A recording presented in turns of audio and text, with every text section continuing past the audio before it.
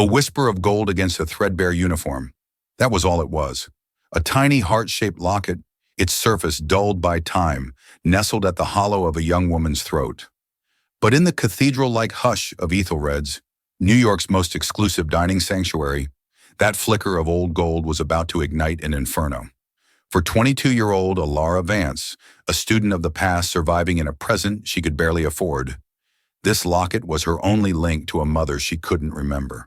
For Julian Thorne, the titan of finance sitting at table 12, a man whose empire was built on cold logic and the brutal arithmetic of power, that locket held the ghost of a love he had buried under 2 decades of bitterness and steel. He didn't know it yet, but a single glance at that worn piece of jewelry was about to detonate his meticulously constructed world, exposing a lie so profound, so devastating, it would bring him to his knees, not in defeat, but in a torrent of soul-shattering grief. The story you are about to read is not just about a billionaire and a waitress. It is about a secret sealed in gold, a life stolen, and a truth so powerful it could rewrite history itself. The air inside Ethelred's was different from the air on the street. It was thinner, cleaner, smelling not of exhaust and hot pretzels, but of money, starched linen, and the faintest, most expensive floral arrangements. The clientele were not people, they were institutions. Their conversations were quiet, the clinking of their silverware against porcelain a delicate symphony conducted by waiters who moved with the silent, practiced grace of ballet dancers. Alara Vance was not one of them. She was part of the machinery, a ghost in a black and white uniform, her existence acknowledged only by a murmured "more water" or the impatient tap of a manicured finger against a wineglass. For Alara, Ethelred's was a necessary evil. It was a gilded cage that paid for the rent on her and her grandmother's cramped Queens apartment, and more importantly, the escalating cost of Nana Dolores's medication. Every night, she would leave the hushed opulence of Manhattan and take the train back to a world of peeling paint and the constant hum of a faulty refrigerator. She'd shed her uniform, the symbol of her invisibility, and sit by her grandmother's bed, listening to the same fragmented stories she'd heard 1,000 times. Stories of a daughter named Lillian, a beautiful, spirited girl with eyes like a summer sky, and a laugh that could charm the birds from the trees. A daughter who had walked out one day 20 years ago, leaving behind nothing but a 6-year-old Alara and a heart-shaped locket. "She loved you more than life, Ellie," Dolores would whisper, her voice thin as parchment, her fingers tracing the locket's edge. The world was just too sharp for her. Alara didn't just wear the locket, she studied it. Her life outside the restaurant and her grandmother's sick room was spent in the dusty quiet of the university library. She was on a scholarship pursuing a master's degree in decorative arts and historical jewelry. It was a field that required a keen eye for detail, for the stories told by a maker's mark, the cut of a stone, the style of an engraving. She knew the locket was 19th century French, likely a custom piece, the filigree work too fine for mass production. On the back, almost invisible to the naked eye, was a tiny stylized bird, a maker's mark she'd never been able to identify. It was her one tangible clue, the starting point of a search that had defined her entire life. Tonight, table 12 was occupied by the Thornes. Even in a room full of power, Julian Thorne was the sun around which the other planets orbited. He was in his late 40s, with a severe handsomeness that seemed carved from ice. His presence radiated a chilling stillness, a sense of absolute control. Beside him, his stepmother, Meredith Thorne, was his perfect counterpart. She was a woman of indeterminate age, preserved in a cocoon of wealth and surgical precision. Her smile never reached her cold, assessing eyes, which now swept over Alara as she approached to pour the water. "Careful, dear," Meredith said, her voice like chilled champagne. "That dress looks like it might unravel if you move too quickly." Alara's cheeks burned, but she kept her expression neutral, her hands steady. She had endured far worse from the patrons of Ethelred's. She filled their glasses and was about to retreat when Meredith's eyes narrowed, fixing on the glint of gold at Alara's neck. "What an interesting little trinket," Meredith purred, her tone shifting from casual condescension to sharp-edged curiosity. "Let me see it." It was not a request. Before Alara could react, Meredith's cold, bejeweled fingers darted out and closed around the locket. Alara flinched back instinctively. "Ma'am, please." "Don't be difficult," Meredith snapped, her grip tightening. "Where did a girl like you get something like this? It looks old. Is it real?" She tugged and the delicate chain bit into Alara's skin. Julian Thorne looked up from his menu, his expression one of pure annoyance. This was a tedious distraction. "Meredith, leave the girl alone. You're causing a scene." "I'm simply admiring her accessory," Meredith said, her eyes gleaming with a cruel amusement. "It's probably a cheap knockoff, but one must be sure. In a place like this, one can't be too careful about the staff's possessions." The implication hung in the air, thick and poisonous. Thief. Panic and a surge of protective fury washed over Alara. This locket was the most sacred thing she owned. "It's not a knockoff," she said, her voice trembling but firm, "and it's not for sale." "Oh, I'm sure it is," Meredith scoffed, finally releasing her. "Everything has a price, especially for people like you." The insult was a physical blow. The humiliation, the injustice, the years of quiet desperation, it all boiled over. Alara's training, her carefully constructed wall of professional deference, crumbled. "It was my mother's," she said, her voice rising, drawing the attention of the surrounding tables. "It's all I have left of her." To prove her point, to silence the woman's venom, she did the one thing she never did.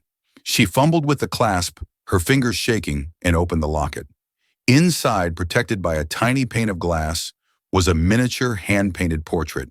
A young woman with a luminous smile, dark hair caught in a forgotten breeze, and eyes the color of a summer sky. She held it out, an offering, a shield.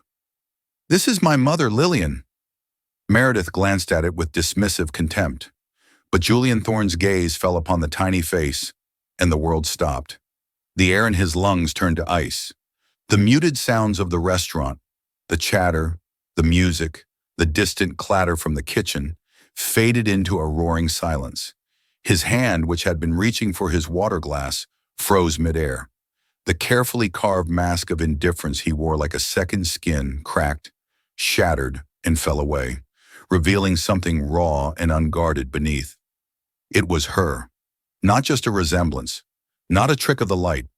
It was her face, her smile, the exact tilt of her head he had memorized from a photograph he kept locked in the bottom drawer of his desk.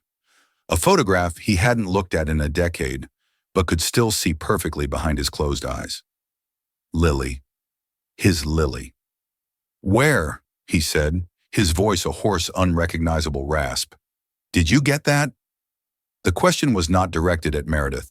His eyes, a startling, piercing blue that Alara now saw, were clouded with a storm of disbelief, and a pain so profound it was terrifying, were locked on her. Alara was taken aback by the sudden intensity.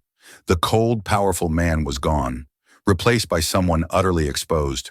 "I told you," she stammered, intimidated. "It was my mother's. Her name was Lillian Vance." "Lillian," he repeated, the name a foreign word on his tongue.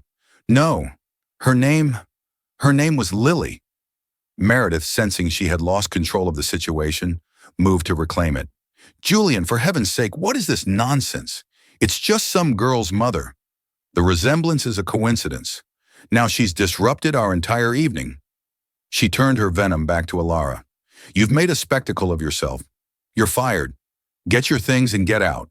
The manager, Monsieur Dubois, was already gliding toward their table, his face a mask of horrified apology. But Julian didn't seem to hear his stepmother.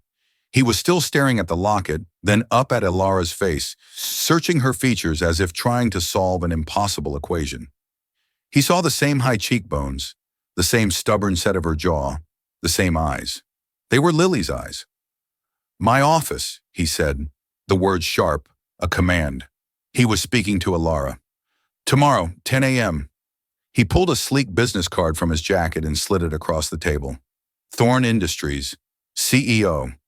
Then, as quickly as it had appeared, the vulnerability was gone. The mask slammed back into place. He rose from the table, throwing his napkin down. "We're leaving," he announced to Meredith, his voice once again as cold as the marble floors. He strode toward the exit without a backward glance, leaving a wake of stunned silence, a fuming stepmother, an apoplectic manager, and a young waitress holding a business card that felt like a grenade in her trembling hand. Alara was summarily dismissed, her final paycheck pressed into her hand with a lecture from Monsieur Dubois about maintaining professional decorum.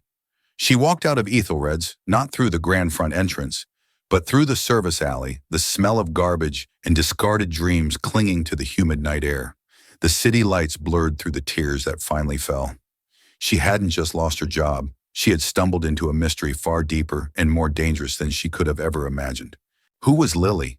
And why did the sight of her mother's face shatter the composure of one of the most powerful men in the world? Sleep was an impossibility. Alara sat in the worn armchair in her living room, the city's endless siren song, a backdrop to the turmoil in her mind. She looked from the locket in her hand to the business card on the table. Julian Thorne. A quick search on her sputtering laptop had revealed the sheer scale of his power. He was a modern-day king, his empire spanning real estate, tech, and global finance. The articles painted him as a ruthless prodigy who had taken over his father's company and multiplied its value 100-fold. They also mentioned his reclusive nature, his legendary privacy, and a brief tragic note about a lost love in his youth, a footnote in a life defined by acquisition and conquest. Her grandmother, awakened by Alara's pacing, shuffled into the room. "Ellie, what's wrong, my love? You're home early." Alara didn't know how to explain it. Instead, she asked the question that had been burning in her mind. "Nana, before my mom met my dad, was there anyone else? Anyone important?" Dolores's brow furrowed, her memory a tangled, foggy landscape. "Your mother, she had a light in her. Men were always drawn to it, but she was careful with her heart. There was a boy, before everything. Back when she was in the city for that art program, she called him her prince. She was so happy, so full of life. And then it was over. She came home one day, heartbroken. She never spoke of him again. A few months later, she met your father. It all happened so fast." A prince, the word hung in the air. Julian Thorne was as close to American royalty as one could get. Could it be? The next morning, armed with a desperate resolve, Alara put on her only decent blazer, a thrift store find, and took the train to the gleaming steel and glass monument that was Thorne Tower. The lobby was a cathedral of corporate power, designed to make anyone who entered feel small and insignificant. Alara felt it working. The receptionist, a woman who looked like she'd been sculpted from ice, regarded her with bored disdain. "May I help you?" "I have a meeting with Mr. Thorne," Alara said, trying to project a confidence she was far from feeling. She slid the business card across the granite desk. The receptionist's eyebrow arched in disbelief. She tapped at her keyboard, a smirk playing on her lips. "I'm sorry, but Mr. Thorne's schedule is fully booked. There must be some mistake." "There's no mistake," Alara insisted, her voice gaining an edge. "He told me to come. Please just tell him Alara Vance is here." The receptionist's smirk widened. It was clear she thought Alara was a delusional fan or a gold digger. "I'm afraid that's not possible. Security will see you out." A large man in a sharp suit began to move toward her. Panic seized Alara. She had come this far. She wouldn't be turned away. Reaching into her purse, she pulled out the locket. It was her only key, her only proof. "Just show him this," she pleaded, her voice cracking. "Please, tell him it's about Lily." The name worked like a magic spell. A flicker of recognition, or perhaps fear, crossed the receptionist's face. She spoke quietly into her headset. A moment later, a man in a perfectly tailored suit appeared. He was older, with graying temples and kind, intelligent eyes that held a hint of weary resignation. "Miss Vance, I'm Arthur Pembroke, Mr. Thorne's executive assistant. Please come with me." He led her not to the executive suite, but to a small, private waiting room. "Mr. Thorne will be with you shortly. May I get you some coffee?" "No, thank you," she whispered, her hands clasped tightly in her lap. Arthur hesitated at the door. "For what it's worth," he said, his voice low and kind, "I haven't heard him say that name in over 20 years. The door closed, leaving Alara alone with the pounding of her own heart. Minutes stretched into an eternity. Finally, the door opened again, and Julian Thorne entered. In the harsh light of day, he looked even more formidable. His face was a mask of controlled neutrality, but his eyes betrayed the turmoil beneath. He didn't sit. He stood by the window, his back to the sprawling cityscape he commanded. "Last night was, unexpected," he began, his voice devoid of emotion. "I have spent the last 12 hours having my security team run every possible search on the name Lillian Vance.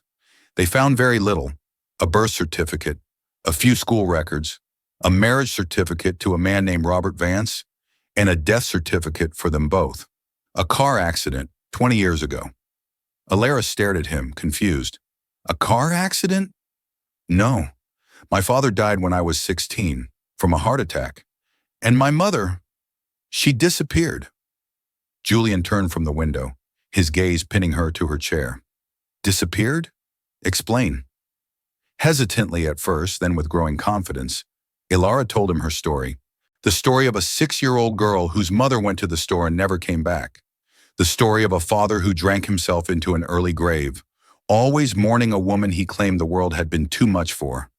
The story of a grandmother whose memories were fading like old photographs. As she spoke, she watched Julian's face.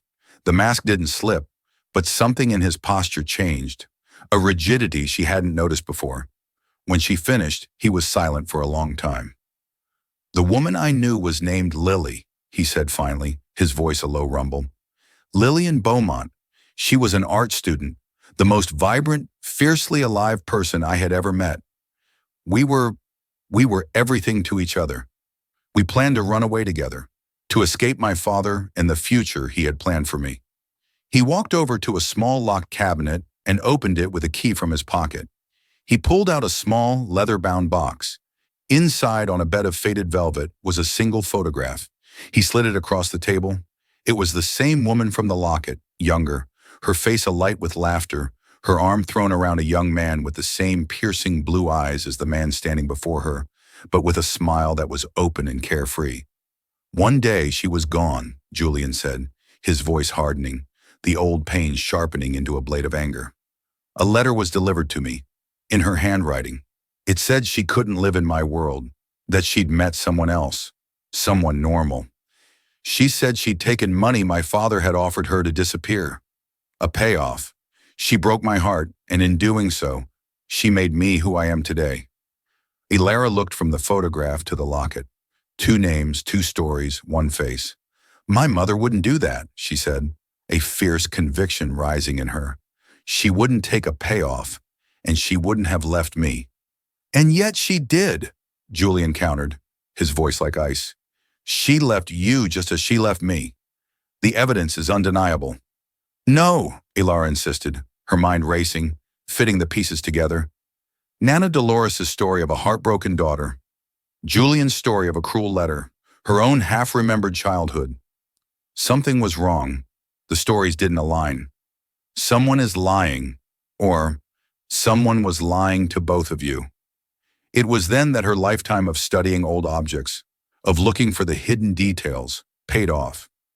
An idea sparked in her mind, a wild, improbable chance.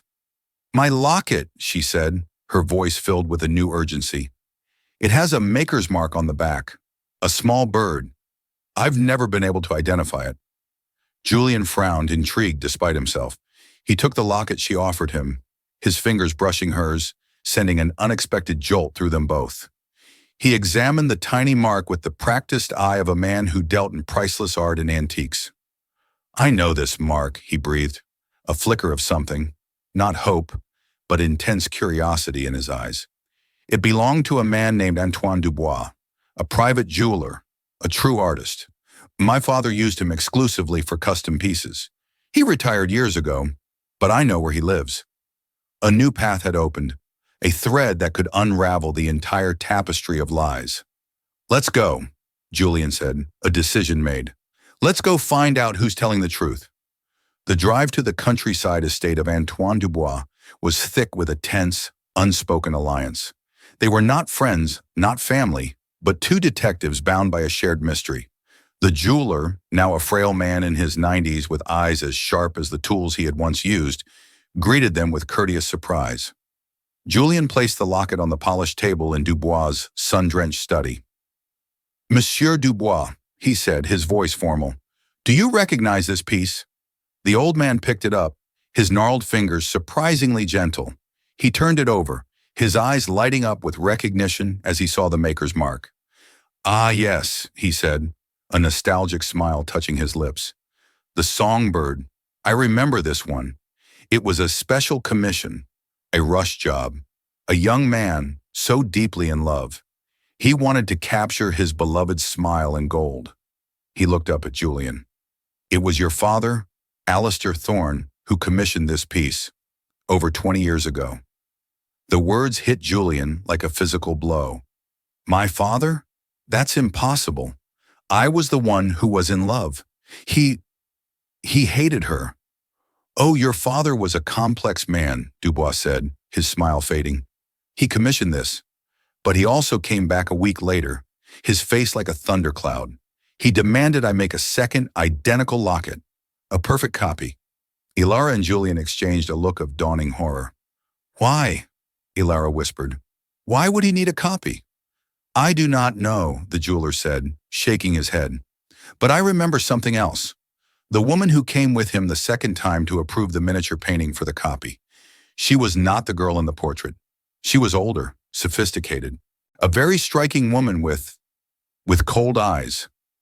A memory surfaced in Julian's mind, a ghost from the past. His father's second wife, a woman who had entered their lives shortly after Lily disappeared. A woman who had always looked at him with a strange mixture of triumph and pity. Meredith. The truth began to unfurl, a serpent coiling in the sunlit room. It wasn't Lily who had written the letter. It wasn't Lily who had taken the money. Someone had orchestrated the entire deception. They had commissioned a copy of the locket, perhaps to prove to Lily that Julian had replaced her. They had forged a letter. They had driven her away. And the architect of that cruel masterpiece could only have been one of two people, his late father or the woman who had benefited most from Lily's absence, his stepmother, Meredith Thorne. The drive back to the city was silent, but the air crackled with a new, terrifying energy. The shared grief and confusion had coalesced into a singular, cold purpose, to uncover the full extent of the deception. Julian was no longer just a man haunted by a ghost. He was a hunter on the trail of a predator who had stolen his life. "Arthur," he said into his phone, his voice a low, dangerous command. "I want everything you can find on Meredith's finances from 25 years ago. Every transaction, every shell corporation, every private account. Dig deep and find out who handled my father's private security at the time. I want a name." While Julian's corporate machine whirred into action, Ilara focused on her own front. "Nana," she asked gently that evening, sitting by Dolores' bedside, "when Mom came home, after she left her prince, was she sick? Did she see a doctor?" Dolores' eyes clouded over. "Sick? No, not sick, but changed, quieter. And there was a woman who came to see her, a very fancy lady. She said she was from a foundation, helping young women who'd been through a trauma. She arranged for your mother to go away for a while, to a quiet place upstate to rest. When she came back, she met your father. A quiet place, a foundation. It sounded less like charity and more like an institution, a place to hide someone away. The pieces were slotting into place with sickening speed. Arthur's research yielded a name, a discreet security consultant named Marcus Vance, a man known for handling the dirty work of the city's elite, in a series of untraceable payments from an offshore account linked to Meredith, made 25 years ago. The largest payment was made to a private wellness clinic in the Hudson Valley, a clinic known for its wealthy clientele and its absolute discretion. "She was pregnant," Julian stated, the words falling like stones in the silence of his office. He wasn't looking at Ilara, but at the sprawling city below, as if seeing it for the first time. The timeline fit. The secret clinic, the rest period, the sudden marriage to a man who gave the child his name. It was all a cover-up, a way to hide the existence of a Thorne heir that Meredith and his father never wanted. The realization was a gut punch, knocking the air from Alara's lungs. It was too much to process. Her mother, pregnant, Julian Thorne, not just her mother's lost love, but Julian turned to face her, and for the first time, the full, unadulterated truth was reflected in his eyes. The coldness was gone, replaced by a maelstrom of shock, horror, and a dawning, earth-shattering recognition. He wasn't just looking at the daughter of his lost love. He was looking at his own daughter. The words died in his throat. The carefully constructed world he had built on a foundation of betrayal and bitterness was swept away in a flood of gut-wrenching realization. He stumbled back, sinking into his chair, his head in his hands. He made a sound, a low, strangled cry of a man whose soul had just been torn in two. Alara stood frozen, her own world tilting on its axis. The concept was too vast, too monumental. Father, the word was a foreign country she had never visited. Their shared silence was broken by Arthur's soft knock. He entered holding a single age file. "We found him," Arthur said quietly. "Marcus Vance, the security consultant. He's retired, living in Florida. He was willing to talk for a price and a guarantee of immunity." He placed the file on the desk. It contained the air in Julian's office, once a stratosphere of sterile power, was now thick with the suffocating dust of a fallen dynasty. The affidavit lay on the polished mahogany between them, its typewritten letters a death sentence for the world they had both known. It was more than a confession. It was an archaeological record of a buried life, a map of stolen time. Silence. Not the comfortable quiet of shared understanding, but the roaring, hollow silence of a detonated bomb. Alara sat perfectly still, her hands clasped in her lap, feeling the phantom weight of the locket against her skin. She was an artifact herself, a living relic of a love story she'd never known, the result of a crime she was only now beginning to comprehend. The name on the document, Lillian Beaumont, felt like a stranger's, a ghost wearing her mother's face, and the man across the desk, the titan of industry, the predator of the financial world. He was her father. The word was a foreign body in her throat, sharp-edged and impossible to swallow. Julian had not moved. He stared at the name Marcus Vance as if he could incinerate the paper with his gaze alone.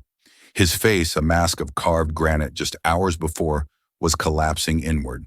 The control, the legendary chilling composure that moved markets and terrified rivals, was gone. In its place was something raw, something broken. A low sound escaped his throat, a guttural noise of pure, animalistic agony. It was the sound of a man who had been flayed alive. He pushed back from the desk, the heavy chair scraping against the marble floor, and stumbled towards the vast window that overlooked his kingdom. For 25 years, he had looked out at this city and seen it as a chessboard to be conquered, a monument to the man he had become after Lily left him. Now he saw only a wasteland, a testament to a life built on a lie, fertilized by a grief that had been meticulously, cruelly engineered. "She was afraid," he whispered, the words ragged, addressed to the glass, to the ghost he now saw in the reflection. "The whole time, I thought she was cruel. I built my life on that anger. I let it hollow me out, and she was just afraid." He finally turned to look at Alara, and his eyes were the wreckage of a storm. The piercing blue was flooded with a terrifying cocktail of emotions, the soul-deep agony of losing Lily all over again, the white-hot fury at Meredith's betrayal, and a dawning, desperate awe as he truly looked at her. He wasn't seeing a waitress anymore. He wasn't seeing a complication. He was seeing the curve of Lily's jaw in her own, the stubborn light in her eyes that he had loved beyond reason. He was seeing 22 years of milestones he had missed. First steps, first words, scraped knees, birthdays, graduations, an entire lifetime stolen from him. "I'm sorry," he choked out, the two words costing him more than any billion-dollar deal. "Alara, I am so sorry."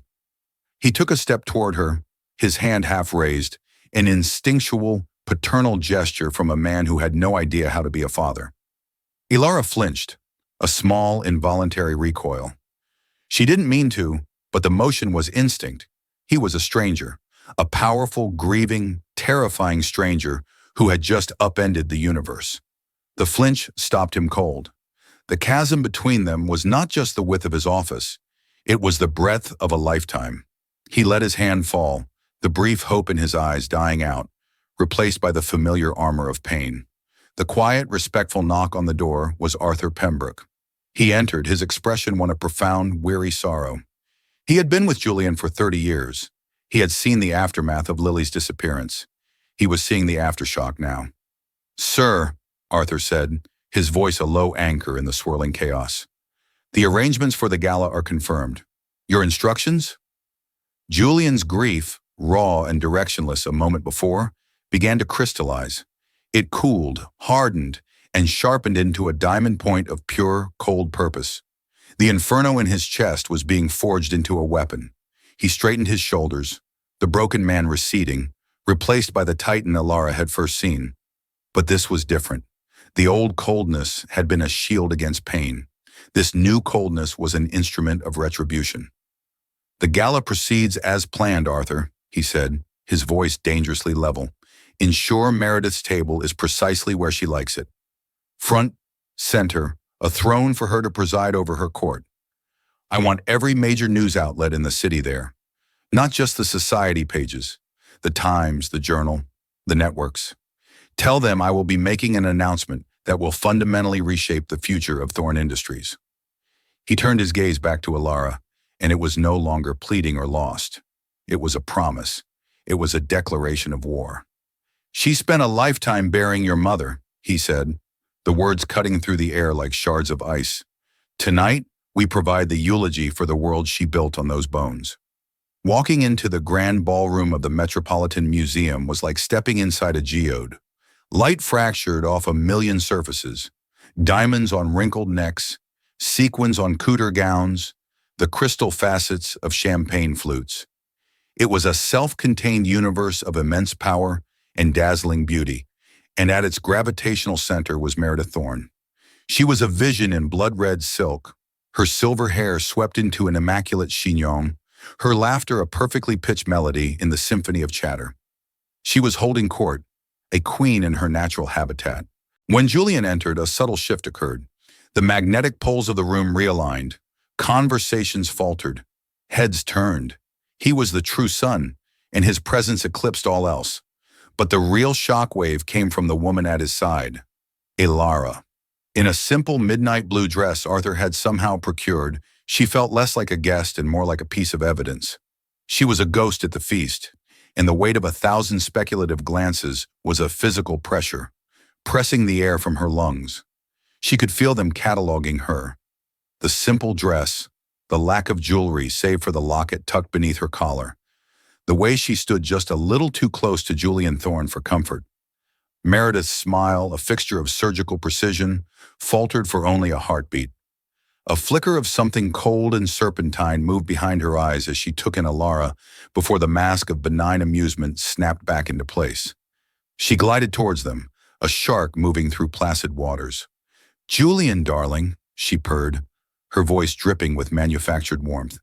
"Cutting it a bit fine, aren't we? And you've brought a friend." Her eyes raked over Alara, a dismissive, insulting appraisal. "How democratic of you. Meredith." Julian's voice was calm, but it sliced through the surrounding bubble of conversation, creating an island of sudden, intense silence around them. He did not smile. "I'm glad you're here. There's someone I'd like you to meet. Properly, this time." He placed a hand, possessive and resolute, on the small of Alara's back.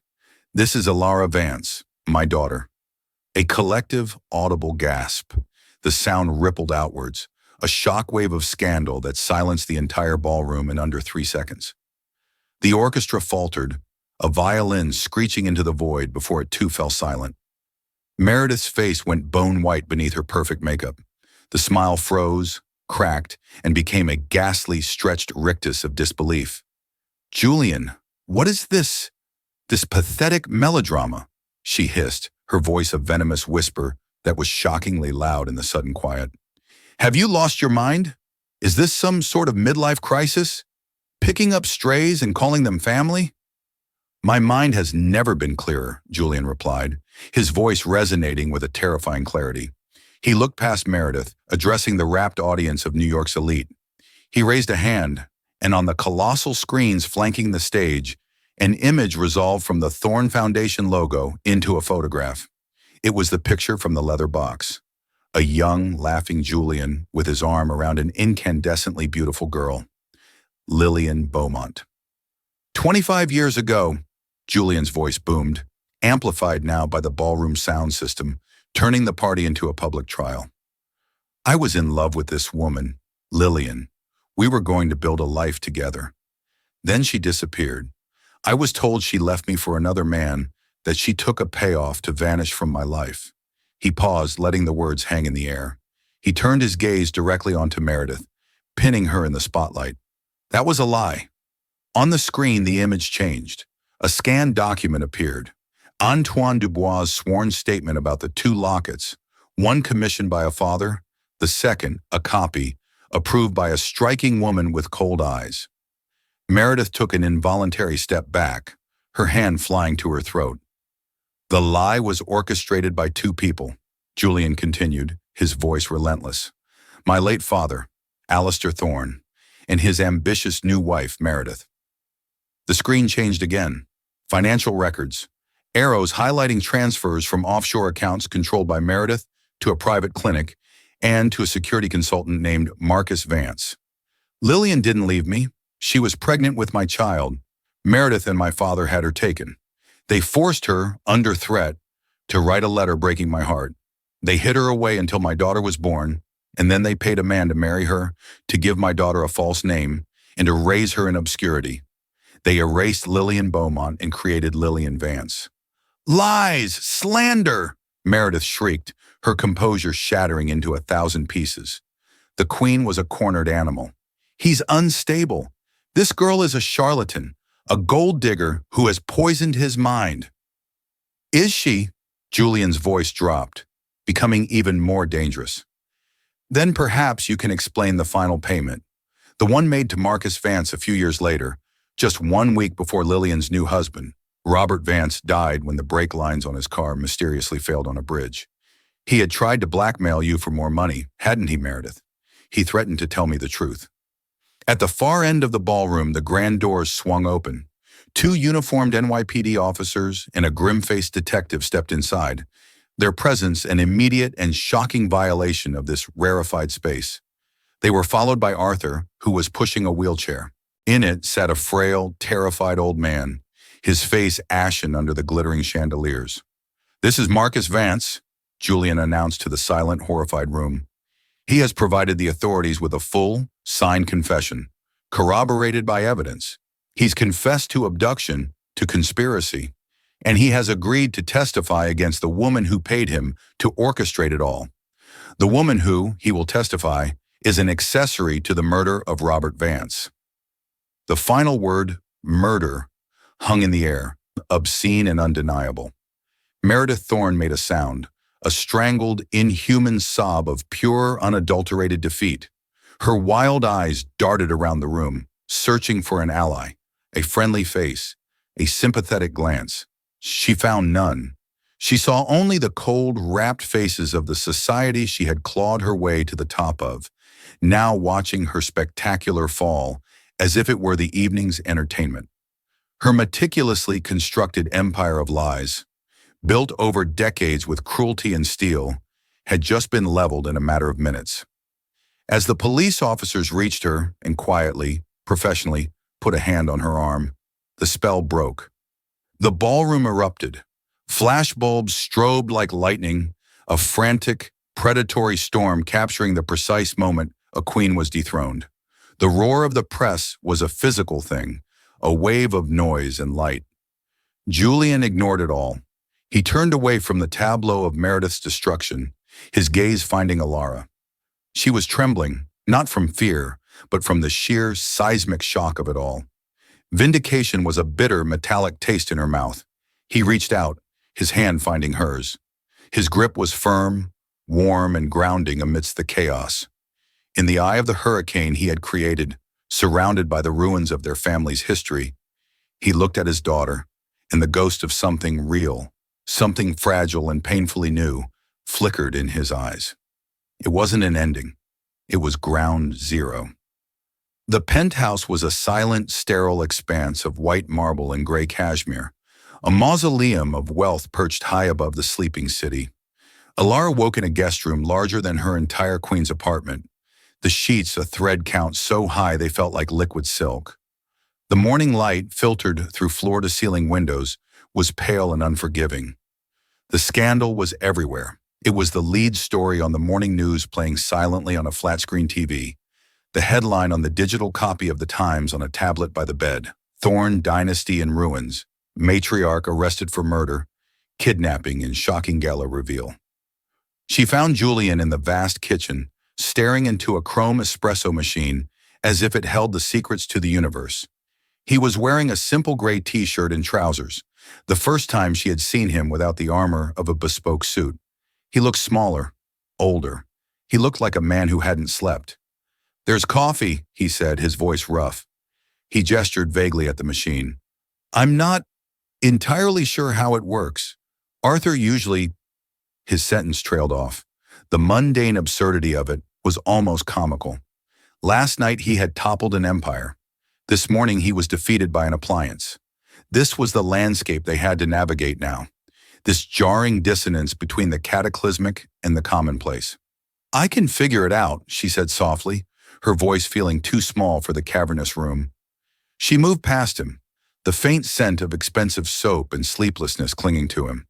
Her fingers found the right buttons, her years of waitressing making her fluent in the language of coffee machines. The comforting gurgle and hiss as it came to life was the first normal sound she'd heard in what felt like a lifetime. He took the cup she offered, his fingers brushing hers. This time she didn't flinch. They stood in silence for a long moment, watching the sun climb higher over Central Park. "My legal team will handle everything with Meredith," he began, falling back into the only language he truly knew: command, control, delegation. "We've set up a perimeter of privacy. No one will get to you. I've had a trust drawn up. It's substantial. We can find you a new apartment, whatever you want. A car, security." "I don't want a trust," Alara interrupted, her voice quiet but firm. "I don't want an apartment. I want to go to Queens." Julian stopped, looking at her with genuine confusion. "Why? There's nothing for you there now." "My grandmother is there," she said, a knot of emotion tightening in her chest. "Her things are there. My things. My whole life. What's left of it is in that cramped little apartment. I can't just delete it." He processed this, his brow furrowed. It was a variable he hadn't accounted for in his strategic planning. For the first time, he seemed to grasp that she wasn't a problem to be solved or an asset to be managed. She was a person, with a life, a history that existed entirely independent of him. "All right," he said, the word coming out slowly, a concession. "I'll take you." The journey from his Park Avenue tower to her walk-up in Queens was a journey between planets. The sleek, silent Bentley slid through the streets, the tinted windows rendering the vibrant, noisy city a silent film. They didn't speak. The silence was filled with unspoken questions, with the ghosts of 22 years of silence that had come before. When he stepped inside her apartment, he had to duck his head to clear the doorframe. He looked utterly alien in the small, cluttered living room, a giant in a doll's house. His gaze took in the peeling paint, the worn floral armchair, the bookshelf overflowing with art history texts, the framed photos of a little girl with a gap-toothed smile standing next to a weary-looking woman who was, and was not, Lillian Beaumont. He reached out and touched the edge of one of the frames, his touch impossibly gentle. "She looks happy here," he whispered. "She was tired," Alara corrected softly. "She was always tired, but she was fierce. She worked 3 jobs. She taught me how to read using museum catalogs. She told me I could be anything I wanted, as long as I was strong." He turned from the photo, his eyes glistening. "She was the strongest person I ever knew." It was here, in this humble, love-worn space, that the first real brick was laid in the bridge between them. Not in the penthouse, not in the lawyer's office, but here, surrounded by the life Lillian had built from the ashes of the one Meredith had burned down. He spent the rest of the day with her, not directing or commanding, but simply being present. He helped her pack boxes of her mother's things, a handful of sketchbooks filled with beautiful, delicate drawings of birds, a collection of poetry books, their pages soft with use, a small worn teddy bear. With each object, a piece of the puzzle of Lillian Vance slotted into place, creating a more complete picture for them both. He saw the woman Alara knew. She began to see the girl he had loved. A few weeks later, he came to her with a proposal. They were sitting in the quiet, sunlit library of his home, a room she had begun to cautiously inhabit. He laid out a thick portfolio on the table. "The Thorn Foundation Board has approved a new initiative," he said, his voice formal, but with an undercurrent of deep emotion. "It's a grant, a substantial one, for postgraduate research into decorative arts and historical jewelry, with a focus on identifying and preserving the work of uncredited artisans." He pushed the portfolio towards her. On the cover, in elegant, embossed lettering, were the words, "The Lillian Beaumont Grant." "I want you to run it," he said. "This isn't a gift, Alara. It's a job. Your expertise, your passion. It's what this needs. It should be shaped by you. It's her legacy. It's your legacy." Tears welled in Alara's eyes. It was the first time he had offered her something that wasn't money or protection, but purpose. A purpose that honored her mother, validated her own life's work, and intrinsically linked them together. It was a way for her to step into his world, not as a dependent, but as a peer. "Yeah," she whispered, her hand resting on her mother's name. "Yes, I'd be honored." Months later, they stood on a gentle, windswept hill in a small Pennsylvania cemetery. It had taken time, but they had found her. Lillian had been buried under her assumed name, in a simple, unmarked grave. Now a new headstone of pale, elegant marble marked the spot. It read, "Lillian Beaumont Vance." And beneath the dates, a single line of text Alara had chosen from one of Nana Dolores's rambling stories. "A laugh that could charm the birds from the trees." The air was clean and cool, smelling of cut grass and damp earth. It was peaceful, a final, quiet form of justice. Julian reached into his coat pocket and pulled out the locket. He no longer kept it in a locked box. He wore it every day beneath his shirt, the gold warmed by his skin, a constant, private penance. He fumbled with the clasp, his large hands surprisingly deft now with the familiar object. He opened the golden heart. "I spent half my life hating her ghost," he said, his voice low and steady, speaking to the marble, to Alara, to the sky. "And the other half, trying to forget I ever loved her. Both were a waste. The only thing that mattered was what she was doing. She was protecting you. Every single day, she was fighting a war I never knew existed, and she won. She got you here." He looked at Alara, his eyes filled with a profound, sorrowful love. "I can never get back the years we lost. I will live with that failure for the rest of my days. But I can honor her victory. I can try to be the father she would have wanted for you." With infinite care, he used a fingernail to pry the tiny painted portrait of Lillian from its setting. He then took a new miniature from his wallet, one he had secretly had commissioned from the best artist in Europe. It was a perfect, luminous portrait of Alara. He gently pressed it into the empty side of the locket. Then he placed the portrait of Lillian into the other half, which had been empty for so long. He clicked the locket shut. Mother and daughter finally together, encased in a heart of gold. He held it out to her, not placing it around her neck, but letting her take it. An offering, not a command. Alara took it. The metal was warm, a conduit for the past, a promise for the future. The ache of her mother's absence was a palpable thing, a space inside her that would never be completely filled. But it was no longer a hollow of unanswered questions. It was a legacy, a fierce, unyielding, protective love that had burned like a hidden star through decades of darkness, powerful enough to cross the chasm of lies and bring a father and a daughter home. She closed her hand around the locket, its familiar shape a perfect fit in her palm. A beginning, forged in grief and tempered by the patient, difficult, beautiful work of starting over.